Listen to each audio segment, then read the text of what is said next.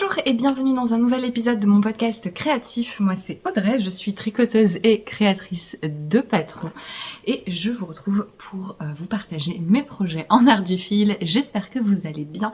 Merci beaucoup de me rejoindre pour ce nouvel épisode. Un épisode qui va être assez texturé, pas mal de torsades.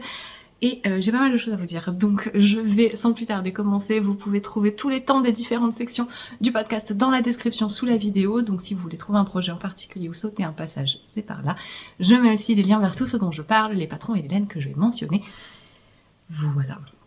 Je commence par ce que je porte tout simplement, c'est le pull Colline qui est un de mes modèles, qui est un pull qui peut se faire tout en jacquard ou juste avec le yoke. Vous voyez, vous avez des bandes horizontales et donc on s'arrête quand on veut. C'est un modèle qui se fait en fingering, qui est mixte et qui se porte avec assez peu d'aisance. Si vous voulez plus d'aisance, il faut rattraper une taille supplémentaire en montant plus de mailles sous le bras plutôt que de dès le départ partir sur une plus grande taille parce que ça risque de perturber la coupe du yoke. Et tant qu'on est dans les bleus, j'ai un nouveau modèle à vous présenter qui est un châle tout en torsade, le châle Nona. Alors on va essayer de vous montrer l'endroit. Voilà. Donc le châle Nona qui est maintenant disponible sur mes boutiques de patrons. C'est un châle en triangle asymétrique. Donc on commence par la pointe ici et en fait on va augmenter tout du long, toujours du même côté. Et vous avez différentes bordures. Vous avez une bordure torsadée ici et une bordure avec un jeu de points mousse et de mailles glissées, c'est là que vous augmentez. Et petit à petit, on vient introduire ce motif de torsade, alors qui est un motif assez large, assez espacé, avec beaucoup de côtes. Ce qui fait que c'est de la texture, mais on a quand même quelque chose qui est assez souple pour un châle. Et en fait, tout simplement, vous tricotez, je vous augmentez jusqu'à avoir utilisé toute votre laine. Donc c'est un châle où vous pouvez adapter l'échantillon, vous pouvez adapter la quantité de fil et la taille. Le mien est assez grand. J'ai utilisé de la DK, la Fonty Soyeuse, qui est un mélange de mérino et de soie, je crois que c'est 70-30%, qui est un fil qui a une très jolie définition. Torsade ressort très très bien, qui a pas mal de drapés, mais qui est assez un peu mou, voilà, avec la soie, du mérino forcément. Donc pour moi, pour un châle... Non, t'es pas d'accord? Pour moi, pour un châle, ça me convient bien, mais quand je vous avais montré cette... Bonjour. Quand je vous avais montré le projet en cours, quelqu'un m'avait demandé ce que j'en pensais parce que la personne avait eu une mauvaise expérience. Je pense en effet que si je voulais un pull ou une texture un peu plus ouverte, genre de la dentelle ou quelque chose d'un petit peu plus souple, je ferai un peu attention et je tricoterai bien serré.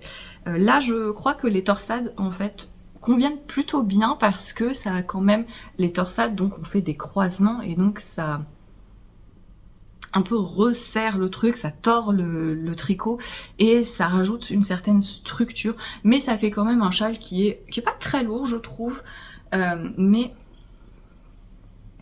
qui a une belle ampleur. Au niveau de la fin, donc une fois que le patron vous indique de tricoter jusqu'à ce qu'il vous reste une certaine quantité de laine et ensuite vous finissez en tricotant les mailles comme elles se présentent, ce qui fait ce motif de côte, histoire de pas finir sur les torsades et ça vous permet de continuer à tricoter un petit peu votre fil aussi pour aller jusqu'au bout. Et ensuite, moi je fais un rabat élastique, il y a des liens vers le tuto dans le patron. Et voilà, alors, un petit peu difficile de vous montrer vraiment le motif lui-même, mais voilà. Donc ce sont des torsades qui sont assez intuitives une fois qu'elles sont bien mises en place, parce que vous voyez, elles sont bien séparées par des lignes de côte. Et en fait, il y a assez peu de croisements. Les croisements sont... il y a la majorité du tricot, c'est des mailles endroit, mailles envers. En fait, vous tricotez les mailles comme elles se présentent. Vous voyez une maille endroit, vous faites une maille endroit. Vous voyez une maille envers, vous faites une maille envers. Donc les grilles sont assez longues, mais les croisements sont assez rares dedans. C'est des torsades qui sont simples. Il y en a deux qui peuvent être peut-être un petit peu particulières.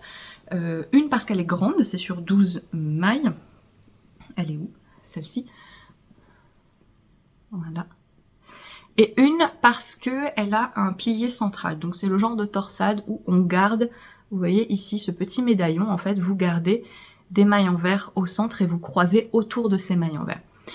C'est pas des torsades particulièrement compliquées. Tu me salis tout, maman. C'est pas des torsades particulièrement compliquées, mais j'ai fait des vidéos tutoriels du coup pour vous montrer comment les faire à la fois avec une aiguille à torsade et sans aiguille à torsade. Faut savoir que moi je déteste les aiguilles à torsade et je fais quasiment toutes mes torsades sans aiguille à torsade, y compris celle qui est à 12 mailles. En général jusqu'à 13-15 mailles, en fonction du fil j'arrive à le faire sans aiguille à torsade. Donc dans le tutoriel vidéo je vous montre les deux versions.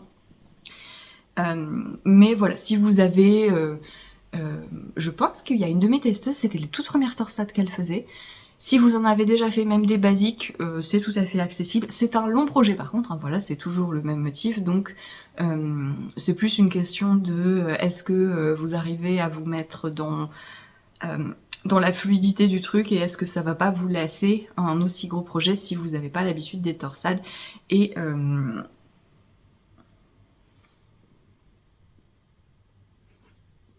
je crois que j'avais fait de bêtises, mais non. Les diagrammes, il y a des diagrammes et des explications écrites aussi. Et voilà. Comme je vous le dis, moi j'ai tricoté le mien en DK. Si vous prenez des DK un petit peu plus poilus, si vous pouvez le doubler avec du mohair aussi, alors sachant que si vous doublez avec du mohair, ça fait que vous avez du coup 2 brins à chaque fois à attraper. Et quand vous faites les grosses torsades sur 12 mailles, moi personnellement ça peut être un peu pénible, mais là aussi je crois qu'il y a une de mes testeuses qui l'a fait, qui a doublé le fil et ça la dérange pas plus que ça. Donc voilà, là aussi une question de préférence. Mais si vous prenez des fils un petit peu dufteux, je me dis que par exemple en manchelopi ou des fils qui sont mélangés avec du suri à l'intérieur, vous savez, mérino suri, ce genre de choses, ça peut être pas mal.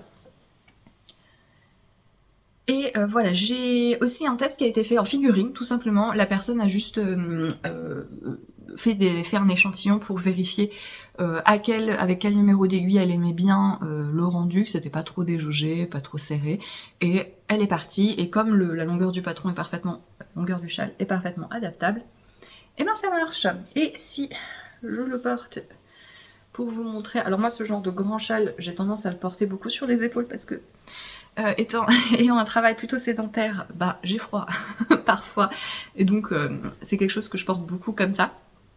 Mais il y a des grands pans, donc on peut aussi croiser derrière la taille si vous voulez. Et sinon, façon bavoir, n'est-ce pas? Même si comme c'est un triangle asymétrique, c'est plutôt décalé. Et voilà ce que ça donne. Je n'ai pas le droit de me lever, hein, donc bah on fait avec. Mais peut-être que je vous mets ici le petit réel que j'ai fait sur Instagram pour vous montrer en vidéo ce que ça donne. Et voilà pour Nona qui est... alors je suis contente, vous avez à peu près la bonne couleur, c'est un peu plus foncé que ce que vous voyez. La fontie soyeuse je trouve, et ça c'est l'envers. Oui, pour vous montrer si jamais, parce que je sais que souvent les gens aiment bien voir l'envers des châles avec des motifs parce que ça peut être un peu disgracieux. Là moi je trouve que ça va. Donc ça c'est l'envers. Et ça c'est l'endroit. C'est l'avantage d'avoir un motif basé sur des côtes. Voilà, qu'est-ce que j'étais en train de dire? Oui, la gamme de couleurs de la fontie soyeuse, moi je la trouve très sympa. J'ai fait en sorte que la taille que moi j'ai faite, si vous avez le même échantillon que moi, en maille et en rang, d'avoir le bon échantillon, ça devrait passer dans 4 écheveaux de DK, si vous voulez prendre des écheveaux de teinturier. Et sinon, voilà, comme moi, vous utilisez des pelotes de laine industrielle et 7 ou 8, ça dépend du métrage qu'il y a. Et voilà pour Nona, qui est un châle doudou. Ça faisait très longtemps que j'avais envie de faire un châle en déca, en torsade, et donc je suis vraiment contente d'enfin l'avoir sorti. Et je vais enfin pouvoir le porter, puisque je voulais pas trop le porter avant de vous l'avoir montré. pour pas abîmer et qu'il y ait trop de plis disgracieux. Mais typiquement, là vous voyez, il fait froid, et je pense qu'il fait le plus froid que ce qu'il fait de manière générale en hiver, ici chez moi dans le sud-ouest. Il fait 12 degrés dans l'après-midi, le matin il peut faire 4 ou 5. C'est un peu trop chaud pour moi pour mettre un gros pull et un manteau, et du coup ce que j'aime bien faire c'est avoir une petite veste mais avoir un châle, et celui-ci sera parfait. Voilà pour Nona qui est disponible sur mes boutiques de Patreon, et pour fêter la sortie sur Ravelry vous avez moins 15% avec le code Nona, donc c'est N-O-N-A, tout simplement. Voilà, et la réduction sera valable jusqu'à dimanche après la publication de ce podcast. Je vais continuer avec mes propres designs. Et j'ai un nouvel en cours. Alors ça va être un peu compliqué parce que j'ai des mailles en attente, j'ai 15 pelotes accrochées. Non, j'ai 2 pelotes accrochées, mais c'est largement suffisant. J'ai commencé presque fini un nouveau modèle de pull pour l'année prochaine. Et c'est le pull pony, en fait, ça va être la version pull des chaussettes pony que j'ai sorti cet été. Quand j'avais fait ce modèle de chaussettes, j'avais tout de suite eu envie d'en faire un pull. Et c'est un pull multi-texture, un peu effet patchwork. Et donc c'est un pull à épaules tombantes. Vous allez survivre. On commence par le haut, on commence par faire les épaules qui sont bien courbées avec des rangs raccourcis en point mousse, comme ça on se prend pas la tête avec le motif. On fait d'abord le devant et ensuite on fait des augmentations, hop, ici, pour former le col, et on tricote tout le haut du corps dans un point de côte. Alors je sais pas si on dit côte brisée ou côte mousse, en fait je pense que ça dépend de... Il y en a... On m'avait appris la règle, et en fait ça dépend de si c'est des côtes 1-1 ou des côtes 2-2, mais je ne sais plus lesquelles sont lesquelles. Mais donc c'est des côtes 2-2, sauf que là c'est pas que des mailles envers, c'est du point mousse, donc tous les rangs endroits c'est tout à l'endroit. Voilà, et on ne fait des côtes que un rang sur deux en fait sur l'envers. Voilà, donc on fait hop le haut du corps, le dos c'est pareil. Et on rejoint ensuite en rond le devant et le dos pour faire ce motif de maille glissée que j'aime énormément, que j'ai pas mal utilisé dans différents modèles, et que c'est la première fois que j'utilise sur un vêtement je crois. C'est très simple à faire, en fait on glisse des mailles avec le fil devant. Il y a une vidéo, j'avais fait un tutoriel vidéo pour les chaussettes, donc je le mettrai aussi dans le pull, mais tu t'entortilles. Donc c'est assez simple à faire, la seule chose auquel il faut penser c'est à pas tirer sur le fil quand on le laisse courir devant, parce que vous voyez en fait ces petits papillons, c'est fait en glissant 5 mailles, donc il faut pas serrer. Alors j'ai pas fini le bas, puisque donc je veux faire un bas fendu. Et donc j'ai fait des côtes de 2, vous avez un petit détail de maille envers avant et une torsade sur le côté pour que la séparation des côtes fendues soit propre, et j'ai fait des côtes de 2, et j'ai même pas rabattu. Je veux qu'elles soient plus longues dans le dos que devant. J'ai fait les côtes du dos et j'ai laissé ça en attente, j'ai toujours le fil accroché, le temps de faire les manches, parce que je sais pas si je vais avoir assez de fil, et si j'ai assez... J'espère qu'il me restera un petit peu. J'avais mis de côté une pelote et quelques pour les manches, enfin un écheveau et quelques pour les manches, et si il m'en reste, j'aimerais bien rallonger le corps parce qu'il est un poil plus crop que ce que j'avais en tête. C'est pas... En fait il est la longueur des pulls que je fais habituellement, mais j'aurais aimé qu'il soit un tout petit peu plus long, et donc s'il me reste du fil après avoir fait les manches, je déferai les côtes là du dos et je rajouterai ne serait-ce qu'un seul motif, j'aimerais bien, mais je doute d'avoir assez, puisque j'utilise des écheveaux de laine teinte main et c'est un peu la galère. Niveau quantité en fait, J'ai commencé donc une manche juste avant de vous parler de la laine. J'ai commencé une manche, ce sont des manches qui vont être assez larges, hein. Et on fait des rangs raccourcis, encore une fois en point mousse, petit rappel de l'épaule, comme c'est des manches qui sont assez larges, qu'il y a beaucoup d'aisance sur le pull, il y a 30, moi j'ai 30 cm d'aisance, ce sera relativement adaptable hein, pour un pull à épaule tombante, c'est l'avantage, c'est assez facile de modifier ça. Le fait de... Ah oui, j'ai oublié de dire, il y a des augmentations ici juste avant de rejoindre le corps en rond pour... là aussi, le combo augmentation ici pour former l'emmanchure et rang raccourci sur la manche tombante, ça permet vraiment d'avoir moins de matière ici sous le bras et même si on a beaucoup d'aisance, même si c'est des manches larges en fait, ça va mieux se positionner. On peut faire des pulls à épaules tombantes en étant quand même assez précis sur la coupe et moi j'aime bien.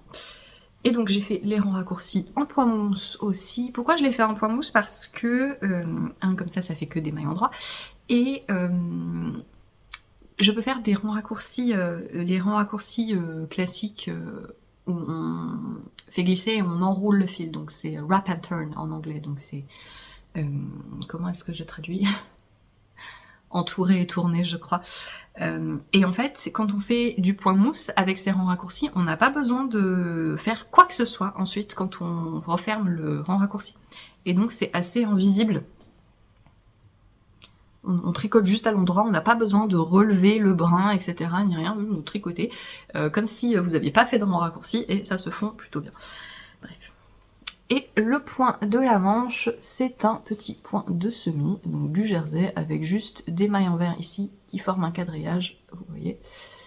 Et donc assez simple à maintenir aligné, même si on va faire très rapidement, donc vous voyez, plein de diminutions pour former la manche. Voilà. Je pense que j'ai tout dit. Donc, voilà mon pull poney. Et donc j'ai fait le col déjà, un col côte de 2, assez haut pour moi. Pareil, la hauteur la profondeur du col et l'ouverture du col sera facilement adaptable puisque une fois que vous avez fini les épaules, vous pouvez tricoter tout droit en fait avant de commencer la courbe pour le col. Et le patron vous indique exactement comment ensuite relever plus de mailles pour le col pour qu'il soit plus dégagé, etc. Puisque celui-ci va être assez... c'est un col un peu semi-montant, sur moi. Voilà, donc un pull multitexture mais avec une coupe. Je suis vraiment contente des détails au niveau de la construction, voilà, les adaptations pour l'emmanchure, etc. Je vais mettre les mailles, la manche en attente pour l'essayer bientôt pour vérifier que tout tombe un peu comme je veux. Si j'ai pas relevé trop de mailles, je pense pas, mais juste pour vérifier ce que ça donne. Je croise les doigts pour avoir assez de fil parce que j'utilise une très jolie laine de Woollette coloris verdé qui est un très beau vert, un peu plus lumineux, il est un peu éteint par la luminosité parce qu'il est très lumineux, il est vif, c'est un vert, vert. Là c'est un peu mieux. Si je m'approche, il devient un peu trop clair, mais ouais c'est plus comme ça. Et c'est la Cybelle Déca, donc c'est du Merino Superwash en classique, et c'est une déca qui est assez dodue. Et j'ai acheté 5 écheveaux et forcé de constater que faut que j'arrête. Et que si je veux faire un pull, surtout un pull texturé avec de l'aisance, faut que j'achète 6 écheveaux parce que 5 c'est vraiment trop juste. Toujours le problème de tricoter des pulls en déca hein, avec de la laine teinte main, moi je trouve que ça revient vite cher parce que il faut voilà, il faut 6 écheveaux et je fais une taille M, L en forçant un peu quoi. Donc ceux-là en plus sont particulièrement dodus et donc il y a que 212 mètres par écheveau. Donc 5, je pense que ça va être un peu juste, 5 écheveaux, et j'aurais dû en prendre 6 pour être plus à l'aise, mais en même temps je suis persuadée que si j'en avais pris 6, j'en aurais eu quand même beaucoup de reste. Bon, c'est pas très grave. Donc j'espère... en fait j'ai ça, et ça, pour faire les 2 manches. Ouais. On va voir, parce que pour le coup j'aimerais vraiment pas avoir à raccourcir le corps. J'ai mon échantillon aussi que je pourrais défaire, mais bon, ça va pas aller très loin. Mais c'est un fil qui est hyper agréable, vraiment, il est vraiment dodu, moelleux. J'ai un échantillon de 20 mailles sur 10 cm, donc ce qui est assez large pour de la déca. Et donc ça monte vraiment vite, c'est chouette. Et c'est très moelleux. Je trouve que c'est pas très lourd, je verrai avec les manches et au porté. Et j'adore la définition du point, comme il est bien rond, ça rend vraiment très très bien. Et voilà, voilà. Si tout va bien, j'aimerais sortir le modèle en février, je crois. Mais pour ça, il va falloir que j'arrive à me dépatouiller avec ma quantité de laine. C'est toujours un peu difficile à jauger parce que, comme je dis, la manche elle commence très très large, hein, vous voyez, et donc je vais vraiment beaucoup la diminuer, et de ce fait, l'utilisation, la quantité de fil que j'utilise, ça va aller de moins en moins, donc c'est un peu difficile d'estimer ça, mais je croise les doigts. Je croise les doigts. Vraiment ce coloris, mais sublime. Mais les coloris de Wouliette, hein, de toute façon. La première fois que je connaissais pas du tout Wouliette. Et la première fois que je les ai vus, c'était à un Knit It. Pas le dernier puisque je n'y suis pas allée, mais à celui d'avant. Et j'ai dû me prendre pour une bille en plus parce que quand je suis arrivée sur le stand, en fait, ils parlaient en anglais, je pense, avec les personnes qui sont organisateurs du festival à Madrid. Et du coup, comme je les ai entendus parler en anglais, moi je suis arrivée comme avec mes gros sabots, comme ça leur parlait en anglais, alors qu'il y avait écrit en gros Wouliette, Seine-et-Marne. Voilà, et évidemment, mon amie Annelise qui se fiche de moi en disant qu'on parle bien français en Seine-et-Marne. Je connaissais pas du tout.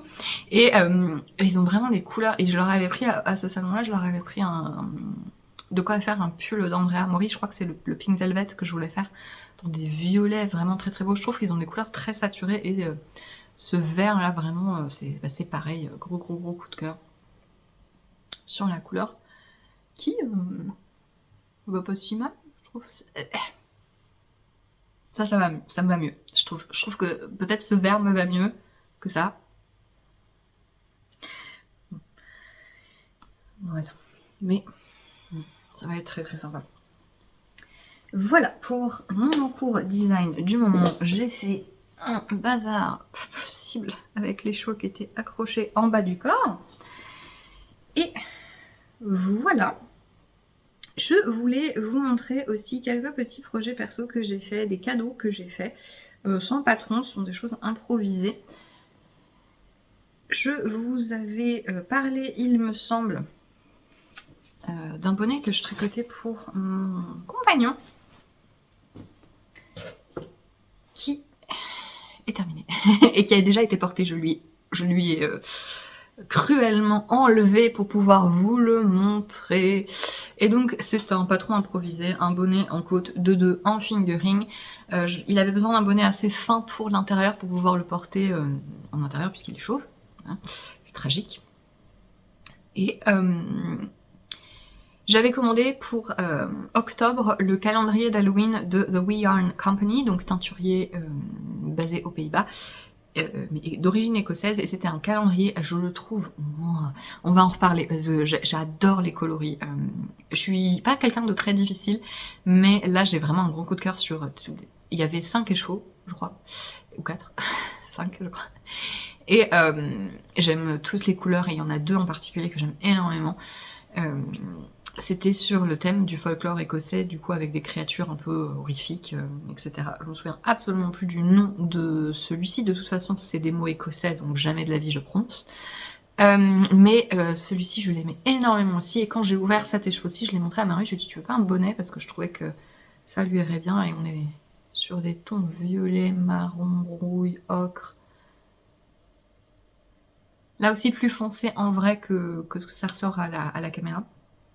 Et donc c'est un bonnet tout simple, je galère toujours un petit peu avec les bonnets parce que comme c'est pas quelque chose que j'ai beaucoup fait, je tâtonne toujours un petit peu à trouver le bon échantillon, la bonne circonférence, la bonne hauteur. Là en fait le truc c'est que j'aurais aimé pouvoir lui faire un bonnet où il n'y a pas besoin de faire de revers, puisque il va le porter en intérieur, donc il va souvent le porter en travaillant, et donc il a un casque et des lunettes, et je voulais que ça soit le plus fin possible en fait sur ses oreilles. si vous portez des lunettes et que vous avez souvent un casque sur les oreilles, vous savez, ça fait mal. C'est déjà très encombré. Mais j'ai un peu raté. En fait, j'ai refait la couronne 4 fois, je crois. Parce que donc, j'ai juste fait des coupes de 2 et arrivé à un moment, j'ai commencé à faire des diminutions, vous voyez ici, pour la couronne. Donc j'ai refait la couronne bien 3-4 fois parce qu'à chaque fois c'était trop petit, je diminuais trop vite. Donc j'ai espacé de plus en plus mes diminutions et j'ai rajouté un peu de longueur, mais un peu trop. Je pense qu'il y a 2 cm et demi un peu trop et il faut qu'il fasse un revers. Sauf s'il... En fait ça dépend, ça va, il peut le porter sans revers, mais... En fait, quand je lui faisais essayer avant de commencer la couronne, il mettait le bonnet d'une certaine façon. Genre, il mettait le bonnet là, voilà, quand il l'essayait. Et une fois qu'il a fini et que je lui donne pour qu'il essaye le truc fini, maintenant il décide de le mettre là. Donc forcément, forcément c'est pas pareil. Bon, je me plains, mais c'est pas mal, ça fait. Il le porte quand même beaucoup. On est allé à Florence pendant quelques jours et il l'a beaucoup porté là-bas. Et c'était très pratique. Et là, il le porte aussi à la maison pas mal. J'ai aussi il y a un petit bitonnion en haut. En fait, j'ai fait un dernier rang tout à l'endroit après mon dernier rang d'augmentation avant de fermer. J'ai fait un rabat à 3 aiguilles pour fermer le haut, s'il me restait genre 6 mailles. Mais j'aurais pas dû faire le dernier rang à l'endroit parce que du coup là, ça fait un petit pip. Un petit téton de bonnet. Il me reste beaucoup de cet écheveau et c'est tant mieux parce que je vais pouvoir faire, je pense, des chaussettes avec. C'était la base Yali Yak, donc c'est une base Merino Yak. Et nylon ou soie? Je crois que c'est nylon. Et donc c'est un fil qui est légèrement dufteux avec le yak qui a une profondeur de couleur vraiment très belle et qui est très doux. Voilà pour ce petit bonnet. J'en referai certainement d'autres. Je suis un peu d'humeur accessoire. C'est assez rare chez moi, mais j'ai envie de me faire notamment une capuche. Celle de Knitting for Olive qui est sortie là, qui fait capuche et écharpe en même temps. Je trouve ça génial, j'ai envie de me le faire. J'ai aussi envie de me faire les placerons, ou ce que certains appellent des cols. Voilà. Autre petit cadeau que j'ai fait, pas pour toi. Bah oui, mais tu glisses, mais c'est pas mon problème, maman. Aller ailleurs. J'ai décidé de faire des petites écharpes pour des cadeaux de Noël. J'en ai 4 que j'aimerais faire. Donc c'est évidemment très Sophie Scarfesque, mais en vérité je suis pas le patron. J'ai pas acheté le patron. Donc je ne suis pas le patron de la Sophie Scarf, j'ai improvisé mon propre truc. J'ai juste fait un montage en I-cord, je fais du point mousse, j'augmente très lentement, je crois tous les 16 rangs, je crois. Faut que je vérifie parce que j'avais pris des notes sur mon Ravelry. Et jusqu'à la longueur que je veux, et ensuite je rediminue dans l'autre sens et je finis en remaillant mon I-cord. C'est pas bloqué, hein. Mais voilà, j'en ai fait 2 déjà. Voilà. C'est l'ennui abyssal à faire, hein. Mais c'est bien. Tricot-télé, tricot-lecture, c'est pas mal, c'est joli ensemble. En fait, ce serait joli ensemble de faire un truc, si on faisait de l'intarsia. Tarsia. On pourrait même en rajouter d'autres. Idée. Très mal poliment interrompu par un appel téléphonique auquel j'ai même pas réussi à répondre. J'espère que c'était pas un livreur parce que je sais qu'ils font pas exprès, je sais qu'ils le font parce qu'on les force à aller plus vite et qu'ils veulent pas perdre une seule seconde si jamais les personnes ne sont pas là. Donc en fait ils ne sonnent plus à la maison, ils appellent avant pour vérifier que la personne est là et là ils disent je suis là dans 1 minute, etc. Sauf que moi ça m'agace parce que j'ai pas tout le temps mon téléphone collé à mes fesses en fait. Ça m'énerve.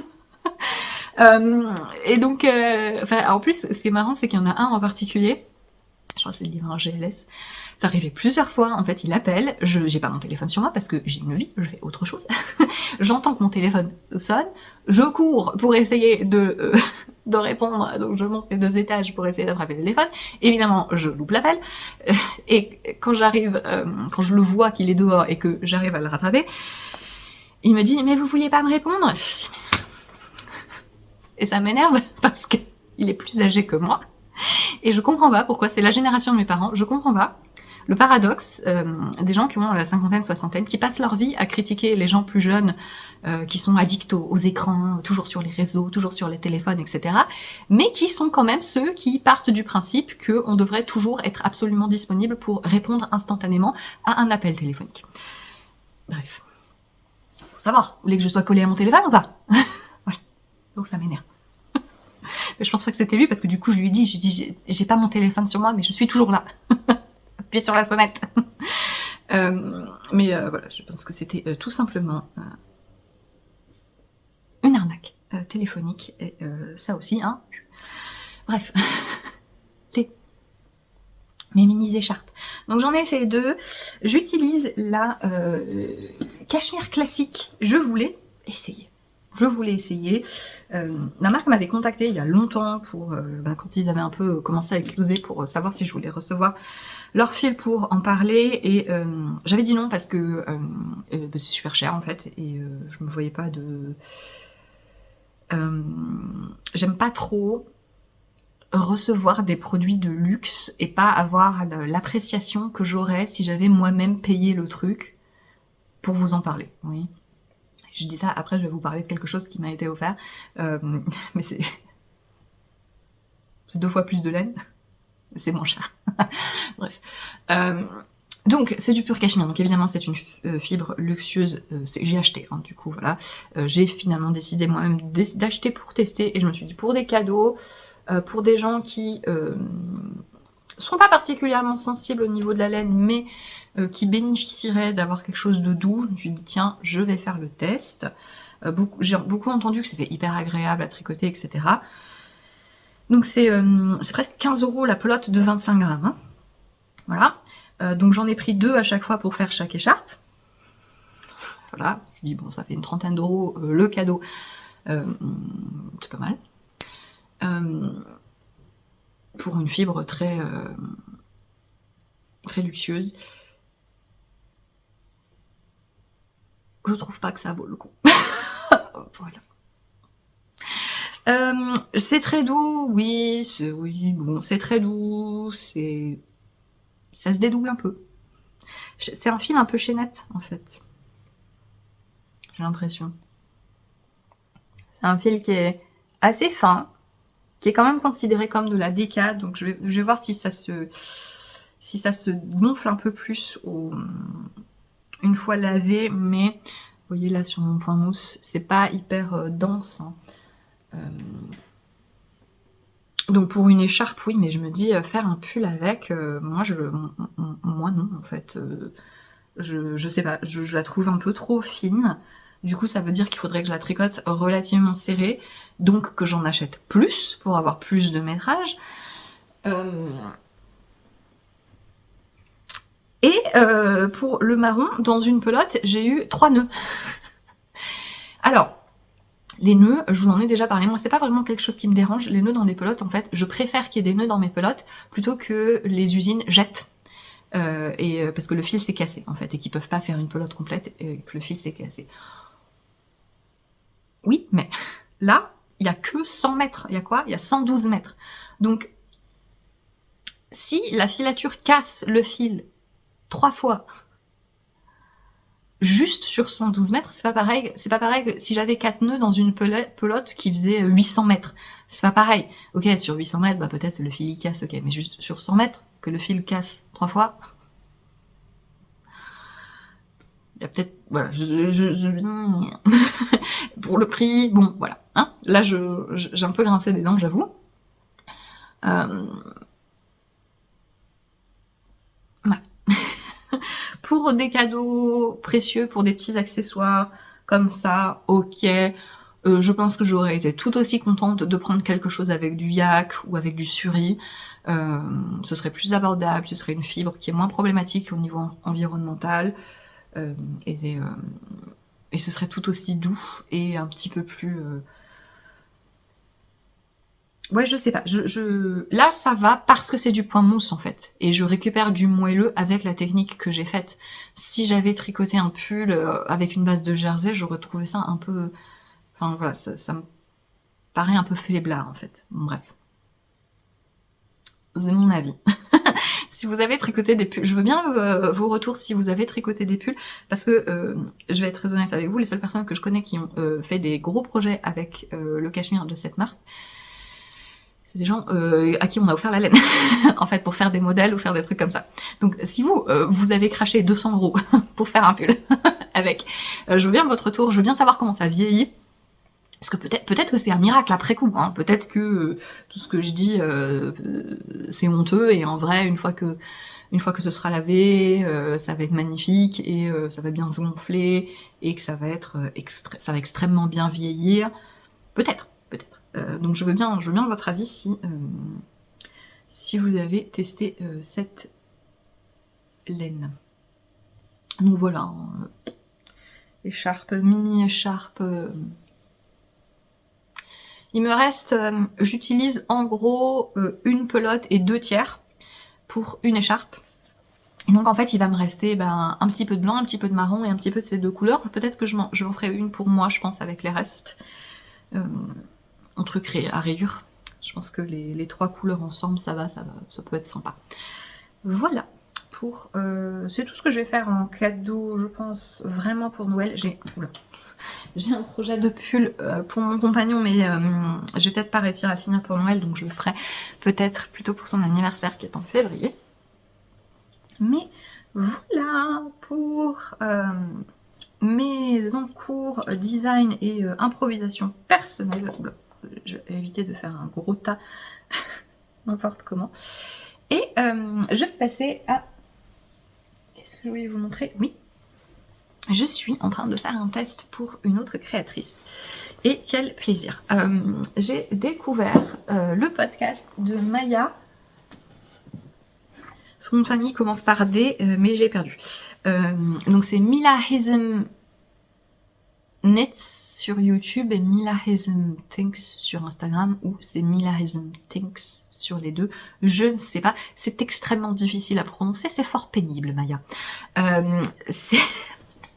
Elle est suisse, francophone, mais son podcast est en anglais. Et j'ai découvert cet été, en fait, elle faisait des vlogs et j'ai beaucoup aimé le type de projet qu'elle faisait, ce qu'elle partageait, comment elle faisait ses vlogs, etc. Donc j'ai commencé à suivre ses vidéos. Et elle se lance dans le design. Elle a déjà sorti un patron de jupe. Et là, elle montrait, en fait, fin de l'été, un design sur lequel elle travaillait. Et j'ai trouvé... c'est le type de projet, j'adore. Et 2, j'ai trouvé sa démarche derrière hyper intéressante et très très chouette.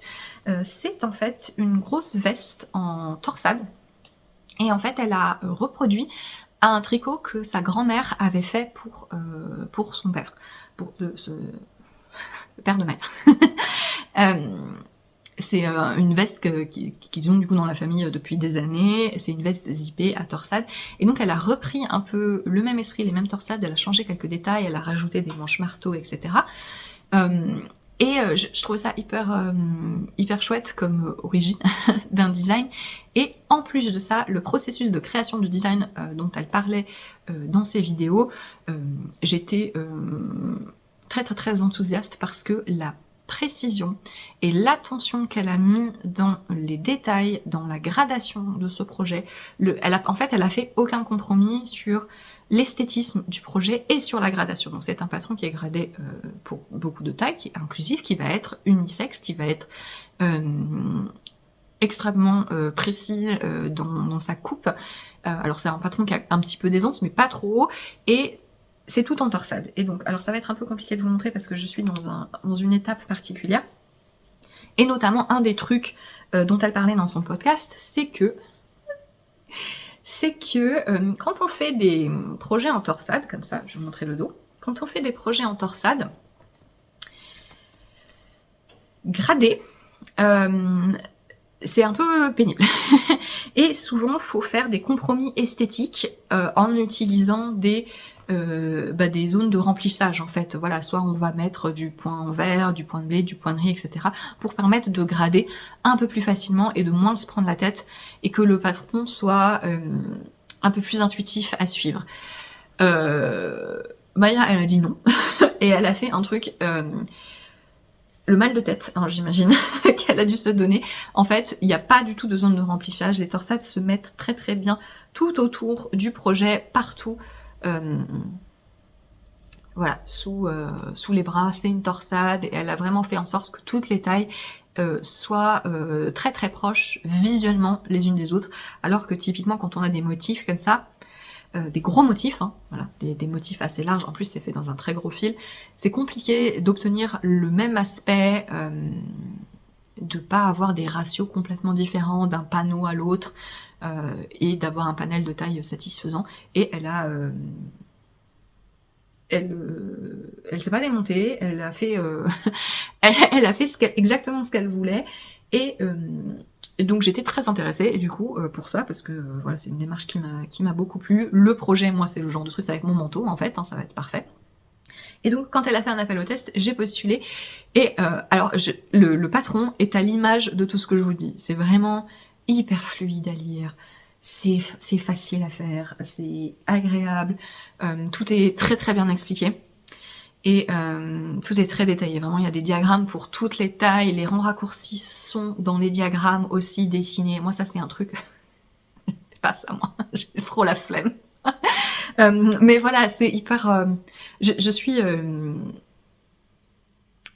Alors, petit aparté, j'ai vu pas mal de trucs sur les réseaux dernièrement qui m'ont un peu attristée, de gens qui jugeaient les designers qui tricotaient des modèles d'autres designers, sous-entendu c'était forcément pour copier, etc. J'ai vu pas mal de trucs, ça m'a un peu agacé, honnêtement. On parlera peut-être plus en détail une autre fois, mais moi je trouve ça, enfin bon bref, ça me... Voilà. C'est tout. Et moi je comprends pas en fait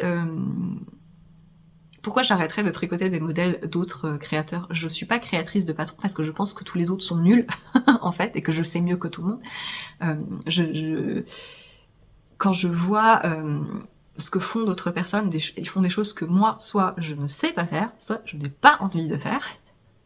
Et le plaisir de trouver des projets comme ça qui sont typiquement dans mes goûts de tricot et de style, c'est un truc que je vais adorer porter, c'est un truc que j'adore tricoter, j'adore le processus, mais je sais que je n'aimerais pas designer ça. Pour moi, c'est vraiment deux choses complètement différentes. Et donc le plaisir de trouver des designers qui font ce que j'adore tricoter, et ce que je sais par ma petite expérience de designer tricot, être un petit peu être un petit défi hein, de design, et que moi j'ai pas envie de faire, mais que eux sont beaucoup plus motivés que moi. Et bref, et l'expérience de tricot est vraiment très très chouette, parce que tout est mis étape par étape. Le patron est très complet. Les torsades, vous voyez en fait, ce que je trouvais sympa aussi visuellement, c'est que c'est des torsades assez fines. Souvent quand on fait des gros bonjour la mouche, Mota tu veux pas t'en occuper, il boude. Ce que je fais, tu vas pas sortir parce que tu embêtes la voisine. Quand on fait des gros modèles à torsade, souvent du coup c'est des grosses torsades, on joue sur le relief. Là en fait je trouvais le contraste assez amusant d'avoir une grosse veste dans un très gros fil, bulky, à rang bulky, hein. Mais les torsades, c'est des torsades fines, en fait, c'est une maille. Vous voyez, c'est des croisements une sur une, et là, il y a la petite tresse où c'est une sur deux, mais ça, c'est fin. Et je trouvais visuellement que ça ajoutait un intérêt très très très sympa, c'est original, ça change, et en plus, du coup, c'est facile à tricoter parce que c'est juste un quoi. C'est des torsades très très simples.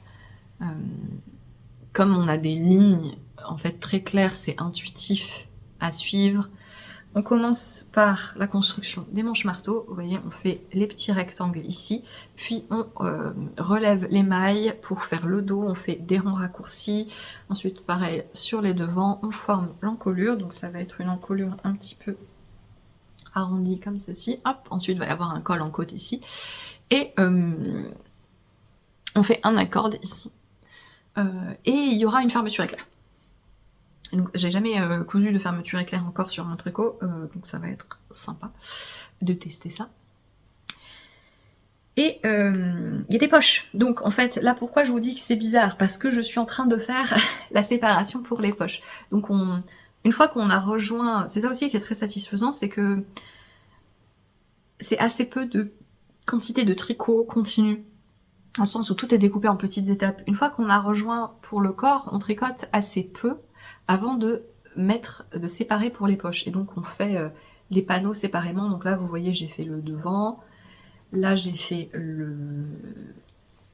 et là je suis sur le dos en fait, voilà. Et je fais en même temps des fonds de poche ici. Je suis pas très sûre de ce que je fais. Ainsi, je sais ce que je fais. Tiens, un bon truc qui me fait vraiment apprécier la façon dont le patron est expliqué, c'est que j'ai jamais fait de poche exactement comme ça. Je visualise pas très bien ce que je suis censée faire. J'imagine que le fond de poche après va être cousu en fait. Ouais. Mais même si je visualise pas bien ce que je fais, je suis sûre de faire ce que je suis censée, de faire ce qui est correct en fait. J'ai pas de doute sur ma compréhension des instructions. C'est pour dire à quel point elles sont fluides en fait, à quel point c'est intuitif et à quel point c'est clair. C'est que même si c'est un truc que j'ai jamais fait, je visualise pas très bien parce que moi je suis pas très bonne. La vision en 3D, c'est compliqué. Mais je suis sûre de pas m'être plantée en fait. Et donc je peux juste y aller, je fais ce qui est écrit et ça va marcher. Donc c'est... Voilà. Donc je vais faire le dos, après si j'ai bien compris je fais l'autre demi devant et après je rejoins tout pour finir en bas et après il y aura les manches. Voilà, donc c'est hyper sympa. Vous voyez là le bord de la veste. Ça se tricote en laine assez épaisse, Aran Bulky. J'ai tout simplement pris le même fil que la créatrice, puisqu'elle avait utilisé la Cyrano de Dereo Natura, et bien, et c'est parfait. Donc c'est parfait parce que ça m'est revenu... Combien de pelotes j'ai dû acheter? 8, je crois. Donc en fait, ça m'est revenu à un petit peu en dessous de 100 €. Parce que c'est la Cyrano, parce que c'est la laine cardée de Dereo Natura. Un gros projet comme ça avec des torsades, faut beaucoup de fils. Donc si on prend un fil qui est très épais, où il y a très peu de métrage sur chaque pelote, on se retrouve vite à devoir acheter 15-16 pelotes. Et moi typiquement, un autre fil ça aurait pas été dans mon budget du tout. Alors que là, la Cyrano, combien il y a dans la Cyrano? Il y a 150 mètres au 100 grammes.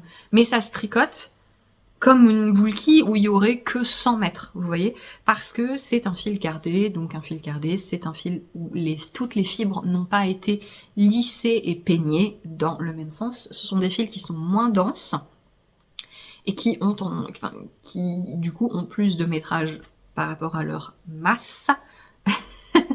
Et c'est petit clin d'œil, comprenne qui pourra. Et ça va faire un vêtement qui va être assez léger, parce que un truc comme ça, là combien j'ai mis de pelotes déjà? Là j'ai peut-être dû déjà mettre 4 pelotes peut-être, ça pèse rien. Et donc ça va faire une grosse veste chaude, parce que la laine cardée emprisonne bien l'air et retient bien la chaleur, mais pas trop lourd. Un truc comme ça dans une laine peignée, moi je déconseillerais. Je conseillerais plutôt de vraiment rester sur des laines non superwash et cardées si possible, pour avoir un petit peu de légèreté. Peut-être que si vous trouvez quelque chose qui a du BFL, vous pouvez récupérer un peu la souplesse, mais vraiment pour moi le choix de la Cyrano il est parfait. Et donc j'ai copié et j'ai pris le coloris granit, histoire d'avoir quelque chose de portable. C'est vrai que moi je suis très attirée par la couleur et en ce moment je fais le choix conscient d'introduire un petit peu plus de neutre dans ma garde-robe, histoire de ne pas ressembler à un clown. Même si bon, après tout pourquoi pas. Voilà. Je pense que j'ai tout dit sur ce projet. Le modèle devrait sortir en décembre. Et voilà, si le projet vous intéresse, je vous conseille fortement, je vous en reparlerai évidemment quand il sera terminé et à sa sortie. J'avance hyper vite dès que je le prends, je tricote que les week-ends, hein, que sur mes vendredis et samedis, et ça avance super vite. J'ai une fermeture éclair, mais je sais pas si je vais prendre vraiment celle-là.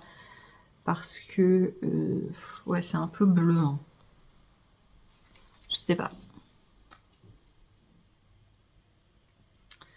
Peut-être que je devrais prendre quelque chose de noir carrément, parce que je pense que je n'arriverai pas à trouver une fermeture éclair qui soit grise, le même grain. Donc autant partir sur du noir, je pense. Je pense que je vais faire ça. Voilà, j'ai vite fait regarder le tutoriel qu'elle donnait pour... c'est un tutoriel d'Isolda, je crois, pour coudre la fermeture éclair. J'ai à peu près compris. Ça m'a l'air ok. Et c'est pas mal, comme ça va me faire de l'entraînement pour le pull zip que je veux faire pour mon compagnon. Voilà, je crois que c'est tout pour les projets que je voulais vous présenter. Je voulais terminer pour vous parler d'un projet. On m'a contacté pour me proposer de m'envoyer un petit truc pour tester un nouveau concept d'abonnement de box qui est maintenant disponible en fait déjà. C'est la bergerie. Hop. La bergerie. Donc c'est un abonnement en fait qui a pour but d'aider à faire découvrir différentes marques, différents types de fils, je l'espère, aux gens. Donc en fait c'est un abonnement mensuel mais sans engagement. Il y a différents niveaux, ça commence à 35 €, ça va jusqu'à 95 je crois par mois. Et vous recevez différentes quantités de laine. Tous les mois, ils font un partenariat avec un créateur, une teinturière, un artisan de laine français, et on vous envoie une petite sélection. Et voilà, m'ont proposé de m'envoyer pour voir ce que j'en pensais, et du coup je vous partage ça. Le colis est très bien présenté, c'est très joli. Vous avez tout qui est dans des petites box comme ça qui glissent. Hop, voilà. Et donc moi j'ai reçu, qu'est-ce que j'ai reçu? J'ai reçu la box découverte où il y a 10... des bêtises. Je vous promets que j'ai tout lu. Oui, 15 pelotons.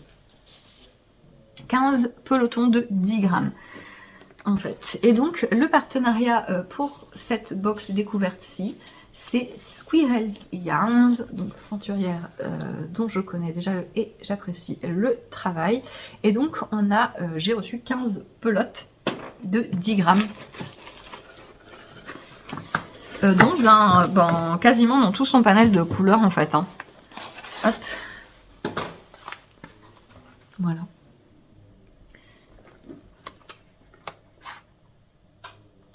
Je vais mettre une photo ici. C'est sa base à chaussettes, etc. Et donc, en fait, on reçoit... Ça va... En fait, soit vous en recevez 5, 10, 15, 20, je crois. Et il y a aussi un partenariat avec un artisan, un produit artisanal français. Et cette fois-ci, c'est des savons. Des savons de la 6. Et donc, j'ai reçu 2 petits savons. Je trouve le concept intéressant. Donc voilà, au niveau des prix, comme je vous dis, ça commence à 35 € par mois. Moi, ma question, c'était... Je trouve l'idée très intéressante, je trouve l'idée très pertinente pour les professionnels du milieu comme moi. En fait, pour moi, c'est hyper intéressant parce que... comme je vais designer des patrons, souvent si je veux tester un nouveau fil pour un design, c'est un peu compliqué. Est-ce que je vais un peu à l'aveugle niveau base et niveau couleur et j'achète directement la quantité, ou est-ce que j'achète une pelote pour tester et ensuite je me jette et potentiellement je fais 2 commandes. Je trouve que c'est pertinent pour les gens qui n'ont pas forcément de mercerie de proximité, pour les gens qui vont pas trop dans les salons, qui commandent beaucoup en ligne en fait, parce que ça répond en fait au problème de quand vous connaissez pas la laine en ligne, c'est difficile parce que vous connaissez pas le toucher, vous voyez pas si la couleur elle est telle que vous la voyez sur votre écran. Ça, il n'y a rien à faire, hein. Vous pouvez critiquer les teinturiers qui prennent les photos de leur couleur autant que vous voulez. Si votre écran il est pas calibré exactement pareil calibré et même la nature même du truc, quoi, en fait. Chaque outil. Je pense que il y a quelqu'un qui s'est trompé en donnant son numéro et je reçois plein d'appels, de faux appels en fait, de faux numéros en ce moment, ça m'énerve. Et vous avez compris que j'aimais pas qu'on m'appelle en fait. Oui, donc quand on commande en ligne, ben, c'est toujours un petit peu difficile et donc je trouve que ça c'est une bonne idée pour répondre un petit peu à ce besoin, mais que c'est pertinent pour les gens qui soit sont professionnellement concernés parce que ça fait quand même un investissement, soit pour des gens qui tricotent vraiment énormément. C'est le fait que ce soit un abonnement pour moi qui m'interrogeait parce que qui a besoin de recevoir tous les mois des petits pelotons de 10 grammes, etc. Et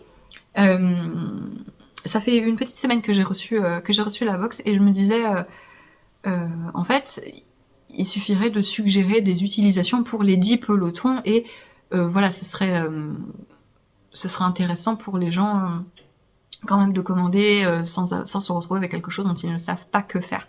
Et hier ou avant-hier, j'ai vu que sur le compte Instagram de la bergerie, ils partageaient une collection de patrons qui permettaient d'utiliser les pelotons en question. Voilà, donc ils ont des conseils de patrons, des choses qui utilisent des restes ou des mini, etc. Et je trouve ça sympa. Pourquoi pas aussi à l'avenir, peut-être qu'ils pourraient faire des collaborations pour avoir des patrons dedans, même si logistiquement c'est plus compliqué. Ou voilà, proposer avec des patrons déjà existants. Moi, je suis sûre que y a plein de designers, s'ils étaient contactés, on pourrait s'arranger, faire un truc avec des patrons déjà existants aussi et les inclure dans la box. Mais voilà, donc je pense que ça correspond à un type de tricoteur très particulier, mais que le concept est quand même intéressant.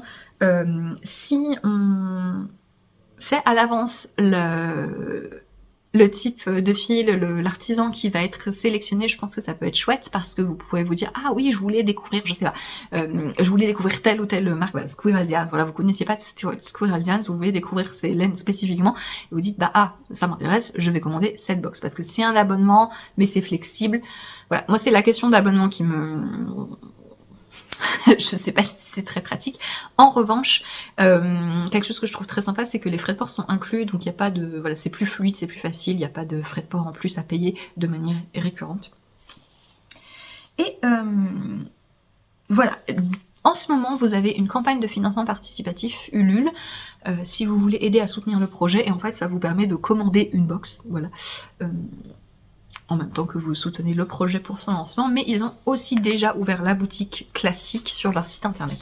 Le projet sera vraiment lancé en janvier avec des nouvelles choses qui sont ajoutées, etc. Voilà, je voulais juste vous partager un petit peu ce projet si ça vous intéresse. Et je crois que j'ai un code promo, je reviens. En fait, il y a plein de codes promo, on reçoit des codes promo aussi qui sont pour commander directement chez les artisans qui sont présents dans la box. Mais moi j'ai un code promo qui vous donnera moins 20%, ça va être valable pendant un an, voilà, sur le site de la bergerie, et c'est le code TRICOPINE au pluriel 24, je vous l'écris là, si jamais vous avez envie de vous commander une box. Donc la box que moi j'ai reçue avec les 15 pelotons, c'est la box découverte, c'est celle qui est à 70 €. Voilà, donc si vous avez envie de mini, pourquoi pas. Et voilà, je trouve le projet chouette, j'espère y voir des bases surtout différentes parce que je trouve que ce serait vraiment très intéressant, ça m'a l'air d'être l'intention aussi, hein, mais je trouve que ce serait vraiment très intéressant de justement d'utiliser ça pour proposer des fibres qui sont un petit peu plus niche, disons, et qui permettraient aux gens de tester, de tricoter, de se rendre compte autrement que en voyant un écheveau comme ça de temps en temps sur les salons, de se rendre compte de qu'est-ce que ça fait de tricoter autre chose que des bases à Josette, du mérino, nylon, etc. Voilà. Je pense que je vous ai tout dit et je me suis étalée partout. Je voulais aussi vous parler un petit peu Patreon, puisque j'ai une page Patreon à travers laquelle vous pouvez soutenir mon activité. C'est un autre moyen pour vous d'acheter des patrons en fait. Si vous achetez notamment des patrons de vêtements, c'est moins cher de prendre un abonnement Patreon pour un mois et de repartir aussi sec. Et vous avez tous les mois une vidéo sur différents sujets, soit sur les coulisses de mon activité, soit sur des sujets plus techniques, des revues de laine, etc. Et le mois de novembre, j'avais fait un vlog coulisses sur la création du calmystère Ithaka.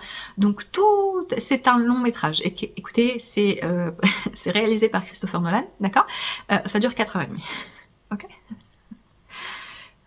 Sauf que, contrairement à Christopher Nolan, je ferai pas un caca nerveux si vous le regardez en plusieurs fois. Vous savez pas de quoi je parle. Si vous savez pas de quoi je parle, c'est le genre de personne. Il est pas tout seul, hein, mais il y a une certaine mode en ce moment chez les réalisateurs un peu snobs de râler sur les gens qui vont pas au cinéma pour voir leurs films parce que vous comprenez, c'est l'expérience artistique, machin. Bon, bref. Je trouve que c'est très validiste, c'est très classiste, bref, hein, voilà. Non, moi, c'est bon, mon vlog, vous pouvez le regarder en plusieurs fois sur votre canapé, tranquille, vous pouvez faire des pauses, pas de problème. Bref. Je sais pas pourquoi je suis partie dans ce délire, mais bon, ça me fait rire, je vais le laisser. C'est depuis le début en fait de la création, donc je vais assez en détail sur le concept du modèle, sur vraiment la création des motifs de Jaggar aussi. Je vous ai filmé mon écran pendant que je bidouille mes grilles pour arriver aux motifs quasi finaux, sur le déroulé aussi du calmystère lui-même, sur tout l'aspect marketing, promotion, etc. Et autres, il y a des petits... j'en ai profité pour lire des livres sur adjacent, disons des réécritures un petit peu autour de l'Odyssée, et donc je vous parle un petit peu de ça aussi. Et autres projets qui sont en cours autour des calmystères, et on en reparlera notamment en décembre. J'ai envie de faire des petits guides complémentaires au calmystère qui seront inclus dans les patrons pour faire autre chose que des tours de cou en fait, voilà. Et donc j'en parle dans ce vlog interminable aussi. Mais voilà, donc si jamais cette vidéo vous intéresse et toutes les autres vidéos, parce qu'en fait vous voyez quand vous rejoignez Patreon, pendant le mois où vous êtes là, vous voyez toutes les vidéos depuis fin 2019. Je serais ravie de vous retrouver sur Patreon. Et voilà pour ce petit vlog. Ce petit vlog, pas du tout, pour ce podcast. Je vous retrouve en décembre pour des vlogmas si tout va bien. Je suis pas très sûre. J'ai prévu de faire des vlogmas comme l'année dernière, hebdomadaires. Mota a quelques soucis, d'accord. Pas très grave apparemment, mais c'est un peu compliqué, et ça va, hein, vous inquiétez pas, voilà. Mais ça prend pas mal de temps et je veux prendre soin de lui, de Louis, c'est qui Louis? De lui. Et c'est mon grand-père. Et hein, ça suffit. Faut que j'arrête.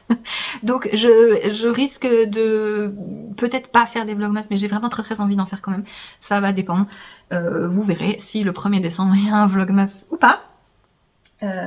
Je vous retrouve sinon de toute façon dans d'autres types de vidéos. Je vous souhaite une très belle soirée, après-midi, fin de journée en fonction de quand vous regardez cette vidéo. Et je vous dis à bientôt. Salut!